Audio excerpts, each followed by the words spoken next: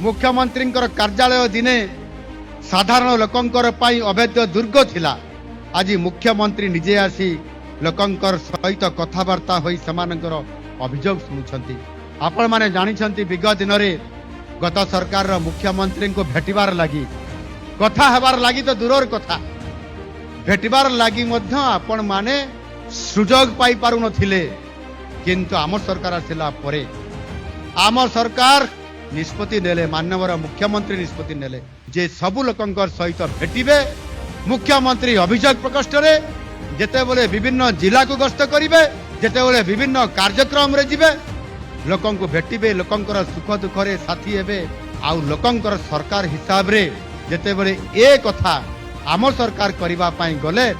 आज मु प्राय मुख्यमंत्री अभियोग प्रकोष्ठ माध्यम रे 10,000 रु अधिक अभियोग से 50,000 पाखापाखि लोकं को भेटिबा, तांकर सुख दुख रे सामिल हेबा, ताकर समस्या सहित जोड़ी हेबा एवं समस्यार यथा समय समाधान करिवार प्रक्रिया मध्य आज आम सरकार यह बहुत बड़ गुरुत्व देइचंती। आउ ताकु मध्य आज कार्यक्रम करा जाइछि।